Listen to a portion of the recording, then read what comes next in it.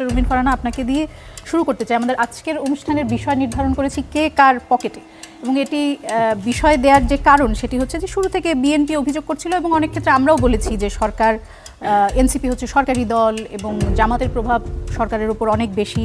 কিন্তু জুলাই ঘোষণাপত্র আসার পর থেকে মনে হচ্ছে যে বিএনপি হঠাৎ করে সরকারের সবচেয়ে কাছের হয়ে গেছে এবং বিএনপির সব চাওয়া আমরা দেখলাম যে জুলাই ঘোষণাপত্রে সেটি প্রতিফলিত হলো।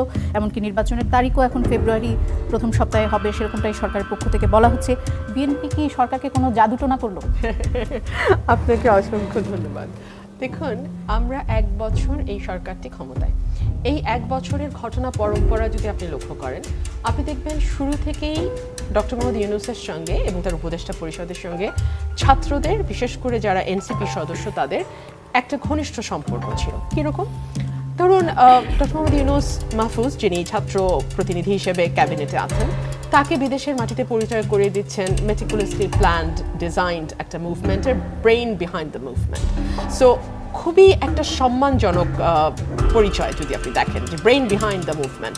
সো মাহফুজকে সেভাবে পরিচয় করানো হলো। যখন নাহিদ ক্যাবিনেট থেকে বিদায় নিলেন, আমরা দেখলাম যে প্রধান উপদেষ্টা প্রেস সচিব ওনাকে দরজা পর্যন্ত এগিয়ে দিয়ে বললেন, আপনি ভবিষ্যতের প্রধানমন্ত্রী হিসেবে আপনাকে আমরা চাই।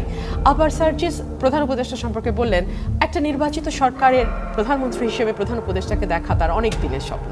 আবার আমরা দেখলাম যে ছাত্ররা সমন্বয়ক পরিচয় দিয়ে বিভিন্ন জায়গায় চাঁদাবাজি করছে, মববাজি করছে, বিভিন্নভাবে তারা দুর্নীতির সঙ্গে যুক্ত হচ্ছে, কাকে কোথায় বসাবে, কোন পদে নেবে সেইটার তদারকি করছে মন্ত্রণালয়গুলোতে বা সচিবালয়গুলোতে। বিশেষ করে আপনি যদি যান, আপনি দেখবেন যে সমন্বয়ক পরিচয়ে ইয়াং ছেলেদের ওখানে গিজগিজ করছে।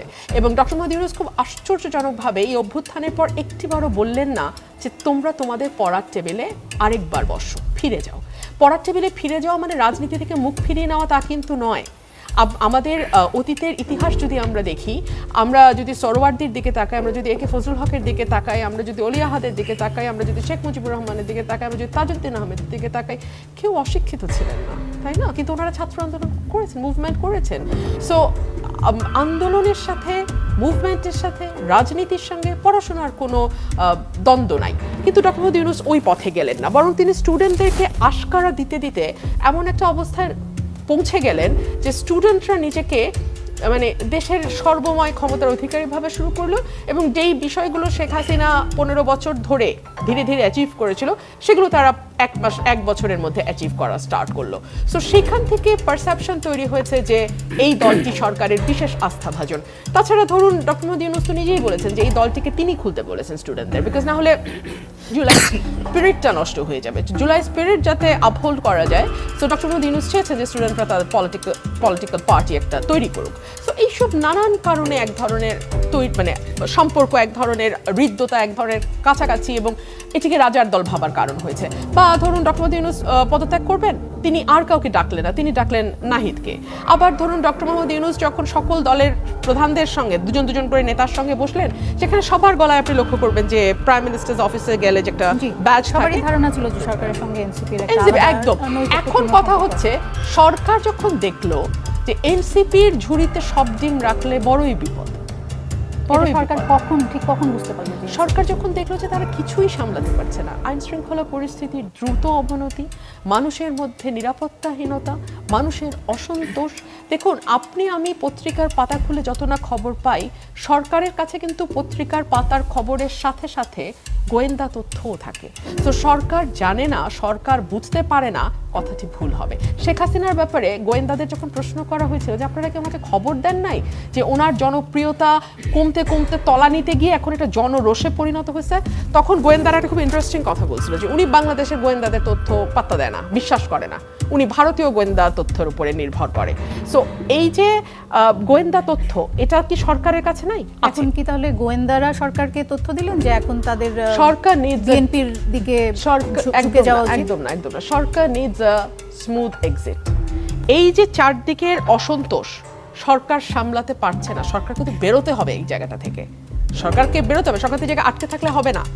একটা নির্বাচন দেওয়ার পরে যখন একটি নির্বাচিত সরকার আসবে, তখন সেই সরকারের সঙ্গে, দলগুলোর সঙ্গে, অন্যান্য পলিটিক্যাল পার্টিসগুলোর সঙ্গে যদি সরকারের এখন যারা আছেন তাদের একটা মোটা দাগের প্রফেশনাল রিলেশনশিপও না থাকে, একটা বিটার রিলেশনশিপ থাকে, সরকারের পক্ষে সুইচ করা, মানে যারা সরকার বলতে তো আমি বলছি যে উপদেষ্টা পরিষদে যারা আছেন তাদের পক্ষে থাকাটা ডিফিকাল্ট হবে। সো এই সকল কিছু ভেবে সরকার যদি মনে করে যে না, কেবলমাত্র সব ডিম এক ঝুড়িতে না রেখে আমরা অন্যান্য দলের সাথে সম্পর্ক উন্নয়নের চেষ্টা করি, আমি মনে করি যে এটা তো স্ট্র্যাটেজিক্যালি সরকার বলছেন যে সব ডিম বিএনপির ঝুড়িতে রাখছে সব। না, একদম আমি সেটা বলছি না, একদম আমি সেটা বলছি না।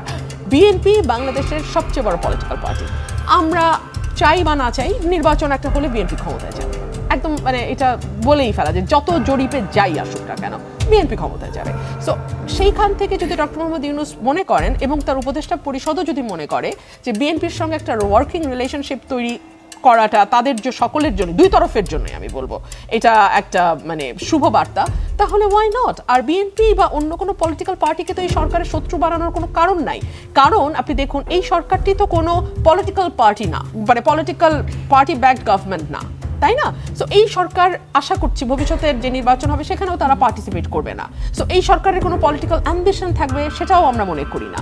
সেই সকল দিক আপনি বিবেচনায় নিলে বিএনপি কেন, সকল দলের সঙ্গে, জামাতের সঙ্গে, এনসিপির সঙ্গে, বাম দলগুলোর সঙ্গে, সবার সঙ্গে একটা ওয়ার্কিং রিলেশনশিপ থাকাটা সকলের দেশের জন্য মঙ্গল। আমার মনে হয় আপনার বক্তব্য পরিষ্কার।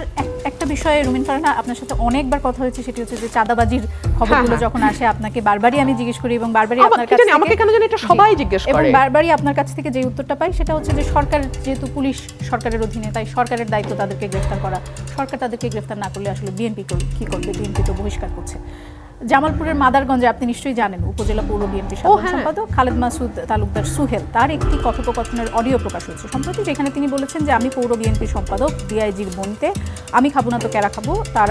তিনি এটাও বলেছেন যে ময়মনসিংহের মুক্তাগাছার ওসি তাকে 2 লাখ টাকা দিয়েছেন এবং বলেছেন যে তাকে যেন দেখে রাখে। তিনি খুব ভালো মতো এবং তিনি বলেছেন যে আমাগো এখন সিজন চলতেছে, কার কতখানি খ্যাম আছে, খ্যাম থাকলে বহিষ্কার করো।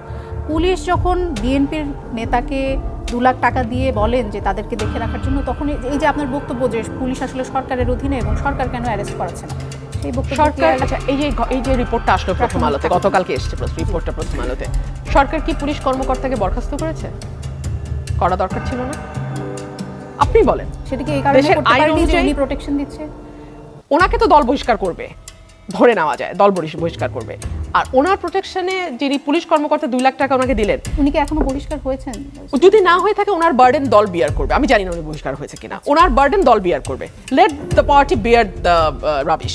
কিন্তু এই সরকারের তো দায়িত্ব ছিল না যে তার একজন কর্মচারী 2 লাখ টাকা দিয়ে আশ্রয় নিচ্ছে, অন্তত তদন্ত করা, প্রথমে বরখাস্তের দরকার নাই, মানে ডিপার্টমেন্টাল প্রসিডিংস শুরু করা, সেটা কি হয়েছে?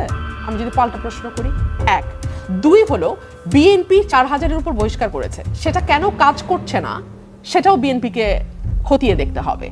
এবং এই কাজ না করবার জন্য দেশব্যাপী বিএনপির যে ইমেজের সংকট তৈরি হচ্ছে, এবং আপনারা যে আমাদেরকে পেলেই এই চাঁদাবাজি প্রশ্ন করছেন, একটা টাকাও এদিক সেদিক না করে আমাকে এর জবাব দিতে হচ্ছে, এটা আমার জন্য খুব সুখকর অভিজ্ঞতা না ভাই।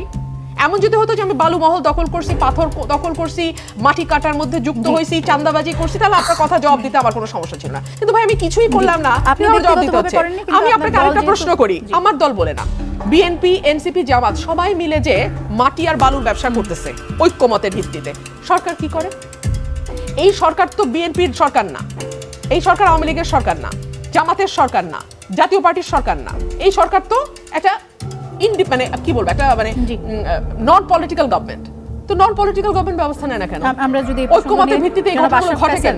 আপনার কাছে যেতে চাই, যে প্রসঙ্গটি রুমিন ফারহানা এনেছেন, যে আজকে যে আপনি নিশ্চয়ই নিউজটি দেখেছেন যে ঐক্যমতের ভিত্তিতে এখন শুধু পাথর না বালু মহলের ব্যবসাগুলোও চলছে, এবং সেখানে বিএনপির যদি স্টেক বড় হয় কিন্তু সেখানে জামাত, এনসিপি সবাই আছে এবং আওয়ামী লীগও আছে। সরকার কেন কিছু করছে না রুমিন ফারহানা জিজ্ঞেস করছে? বিকজ সরকারটি সক্ষমতার অভাবে ভুগছে, এবং সরকারের যে প্রশাসনিক দক্ষতা, যোগ্যতা এবং আপনার কার্যকর সিদ্ধান্ত নেওয়া, সেটি আমরা 12 মাসেও দেখতে পাইনি। এই প্রশ্নের উত্তর কিন্তু আমার কাছে নাই যে কেন আমরা দেখতে পাইনি। আরেকটা জিনিস হচ্ছে যে যেই প্রশাসন, যেই পুলিশ, সেটার উত্তর দুটি হতে পারে, এক হচ্ছে সরকারের সক্ষমতার অভাব, আর 2 হচ্ছে যে সরকারও সেখান থেকে লাভবান হচ্ছে। আমি প্রথমটি বিশ্বাস করতে চাই, কারণ দ্বিতীয়টি তো একটা ভয়ঙ্কর অভিযোগ যে পার্টির চাঁদাবাজি থাকবে, টেম্পো স্ট্যান্ড হবে, সিস্টেমেটিক করাপশন করবে এবং তারা মাস্তানি করবে, গুন্ডামি করবে। তারা আপনি প্রায় যে কোনো মহাসড়কে গেলে দেখবেন বালু এপার থেকে ওপারে যাচ্ছে, আপনাকে উঠে যেতে হয় পাইপের উপর দিয়ে। এগুলো দেখে আমরা অভ্যস্ত। এখন যদি আপনি একটা অন্তর্বর্তী সরকার যে গণ অভ্যুত্থানের পটভূমিতে এসছে, তাকেও আমাদের মানতে হয় যে তাদেরও হিস্সা ওর ভিতরে আছে, তাহলে তো দুর্ভাগ্যের কোনো শেষ নাই। কিন্তু আমি ধরে নিচ্ছি যে এই সরকারটির দক্ষতার অভাব, যোগ্যতার অভাব, এবং তারা অতীতে কখনো সরকার চালান নাই, প্রশাসনিক সিদ্ধান্ত গ্রহণের অভাব, এবং তারা অথবা একটা সরকারের ভেতরে সরকার আছে যেটি বলা হয়, নিশ্চিতভাবে আছে, তাদের হাতে নিশ্চিতভাবে যত আছে। ক্ষমতা আমরা ভাবি তত ক্ষমতা না, তাদের। আমার কিন্তু মনে হয় তারা আসলে পুতুল। তারা হচ্ছে, আপনি পুতুলকে বাইরের থেকে দেখতে পাচ্ছেন, তার সুতাকে কার হাতে ওটা আপনি দেখতে পাচ্ছেন না। ধরেন সচিবালয়ে যে আমলারা বসেন, যারা ভেবেছিলেন প্রথম 24 ঘন্টায় বিদায় নিতে হবে, তারা 12 মাস ধরে আছেন। আপনার কি ধারণা তারা কিছু না করে বসে আছেন? অফকোর্স না। যেই পুলিশকে আপনার অর্ধেক পুলিশকে আপনার বিদায় দেওয়া উচিত ছিল খুনের অভিযোগে, তাকে আপনি রেখে দিয়েছেন। মাত্র 44 জন পুলিশ গ্রেফতার হয়েছে, যেখানে 1000 থেকে 1500 পুলিশকে আপনার গ্রেফতার করতে হতো।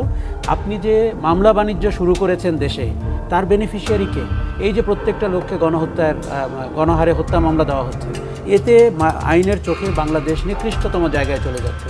অথচ আমাদের প্রত্যেকে জানা আছে এরা কি অপরাধ করেছেন, কি ধরনের কর্মকাণ্ড করেছেন। সরকারের এই ব্যাপারে কোনো জবাবদিহিতা নাই। আইন উপদেষ্টা প্রায় বলেন জনগণ মামলা দিবে, আমরা কি করব। অত্যন্ত দায়সারা কথা। যেমন বিএনপির বহিষ্কার একটা নতুন হাস্যকর উপাদানে পরিণত হয়েছে। যেমন পুলিশের সাসপেন্ড, আমরা শুনতাম পুলিশ অপরাধ করলে তাকে সাসপেন্ড করা হয়। আপনি কোনোদিন খোঁজ নিয়েছেন উনি পরে আবার কবে লাইনে জয়েন করেছেন? এই বিএনপির বহিষ্কারগুলো কবে আবার স্ট্রিমলাইন্ড হয়েছে আমরা কি জানি? কাজে আমরা প্রত্যেকে একটা সুবিধাজনক জায়গা বেছে নিয়েছি একে অন্যকে দোষারোপ করার, কাজটা না করার। এবং মানুষ কিন্তু ভুক্তভোগী আগের চেয়েও বেশি হচ্ছে, যেই কারণে সে অতীতের সাথে তুলনা করে। সে কিন্তু বিনা কারণে তুলনাটা করে না, তুলনাটা এই কারণেই করে। তৃতীয় হচ্ছে যে আপনি এই যে আইনের শাসন নিশ্চিত করতে পারছেন না, এই লোকগুলো সচিবালয়ে আছে, পুলিশে আছে, যাদের দিয়ে আপনি ময়মনসিংহ থেকে শুরু করে সব জায়গায় আইনের শাসন কার্যকর করবেন, তারা আপনার কথা শুনছে না। উল্টো আপনি তাদের কথা শুনছেন। তারা আপনাকে বলছে মেমো কী করে লিখতে হবে, এনবিআর কী করে ভাগ করতে হবে। এই যে মতলববাজ আমলারা, তারা এই সরকারকে চালাচ্ছে। এই সরকারকে দেখে আমাদের কেন ইতিহাসের সবচেয়ে দুর্বলতম উদ্দেশ্যহীন সরকার মনে হচ্ছে, কেননা পেছনে যারা আছেন তাদেরকে আপনি দিনের আলোতে দেখছেন না। সরকারের ভেতরে সরকার আছে, তারা 90% সিদ্ধান্ত গ্রহণ করেন। এই সরকার শুধুমাত্র টেলিভিশন ক্যামেরার সামনে এসে ব্রেকিং নিউজ স্ক্রলের পার্ট হন, এবং তারা অদ্ভুত আচরণ করছেন যাদেরকে আমরা 12 মাস আগে এই চেহারার জন্য চিনতাম না। কাজেই এই যে আপনি বলছিলেন যে কেন বিএনপির দিকে ঝুঁকে গেছে বলে মনে হচ্ছে, কারণ সরকারটি তার নেভিগেশনাল যে ডিভাইস, নেভিগেশনাল টুল, সেটি ডে ওয়ান থেকে অকার্যকর করে রেখেছে। তার দেখুন, একটি অন্তর্বর্তী সরকার কেন আপনি সন্দেহ করবেন সে কোনো একটি রাজনৈতিক পক্ষের পক্ষপাত? এই সরকারটি পক্ষপাতের সরকার হিসাবে আবির্ভূত হয়েছে প্রথম সপ্তাহে। তার কি কোনো দরকার ছিল বলা যে ছাত্ররা তাকে নিযুক্ত করেছে, তারাই তার নিয়োগকর্তা, ইত্যাদি ইত্যাদি? উনি অনেক ভুল করে ফেলেছেন। আমি কিন্তু মনে করি প্রফেসর ইউনূস এই ছাত্রদের ভবিষ্যৎ নষ্ট করার জন্য দায়ী, তাদের রাজনৈতিক ভবিষ্যৎ নষ্ট করার জন্য দায়ী। দেখুন, 24 বছরে অনেক ভুল হতে পারে, কিন্তু আপনি তো তাকে রাইটলি, আপনি একজন 84 বছর বয়স মানুষ, তাকে রাইটলি অ্যাডভাইস করবেন, ক্যাম্পাসে ফেরত যেতে বলবেন, রাজনীতি করতে বলতে পারেন, কিন্তু কোন রাজনীতি করতে বলবেন, এগুলোই তো আমাদের কাছে বিবেচ্য। তারপরে বিএনপির সাথে যে তাদের একটা দূরত্ব তৈরি হয়েছে, আমরা কিন্তু এই ক্ষেত্রে দূরত্বটি ঘোচানোর কথা তখনও বলতাম যে আমাদের এখানে মূল রাজনৈতিক দল পরিস্থিতির বিবেচনায় বিএনপি। কাজে তার সাথে দূরত্ব তৈরি করে আপনি যখন পলিসি নির্ধারণ করেন, সেটা যে কাজ করবেন এটা প্রমাণিত। মাঝে যেটি হয়েছে, জামাতের মতো একটি দল আপনার সিস্টেমেটিক কারাপশন করতে শুরু করেছে। তারাই কিন্তু বিএনপির টেন্ডারবাজি, টেম্পো স্ট্যান্ড দখল, এগুলোকে সামনে এনেছে, যাতে করে প্রশাসনের